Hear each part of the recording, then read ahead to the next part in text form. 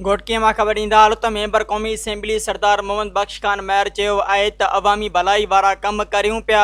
ज़िले जे अवाम खे बुनियादी सहूलतूं फराहम करण लाइ कोशिशूं जारी आहिनि। जल्द ज़िले में तब्दीली ॾिसण में ईंदी अहिड़नि ख़्यालनि जो इज़हार हिन डिस्ट्रिक्ट जेल घोटकी में सोलर सिस्टम स्कीम जो इफ्तिताह कंदे कयो। इफ्तिताही तक़रीब में deputy commissioner Mohammad Usman Abdullah, SSP Tanveer Tunio, district jail superintendent Shahabuddin Siddiqui, AC Ghotki Rana Imtiaz Mohsin, SC Khangarh Babar Ali शिरकत कई। उन मौके ते मेंबर क़ौमी असेंबली खिताब कंदे चयो त माड़ी पेट्रोलियम कंपनी जे ताउन सां डिस्ट्रिक्ट जेल खे 65 kW जो सोलर सिस्टम फराहम कयो आहे त जीअं लोड शेडिंग दौरान कैदियुनि जूं शिकायतूं घटि थियनि। हिन चयो त इंसानी हक़नि तहत जेल में कैद माण्हुनि खे बुनियादी सहूलतूं फराहम करणु हिकु बहितर क़दम आहे, जंहिं ते असीं माड़ी पेट्रोलियम कंपनी जो शुक्रियो अदा करियूं था ऐं उमीद था करियूं त कंपनी मुस्तक़बिल में बि इंसानियत जे फिलहाल लाइ कमु कंदी रहंदी। उन खां अॻु district jail superintendent Shahabuddin Siddiqui आजियाणू खिताब कंदे चयो त डिस्ट्रिक्ट जेल वारे इलाइक़े में 16 खां 18 कलाक लोड शेडिंग थींदी आहे, जंहिं करे कैदी शदीद तकलीफ़ खे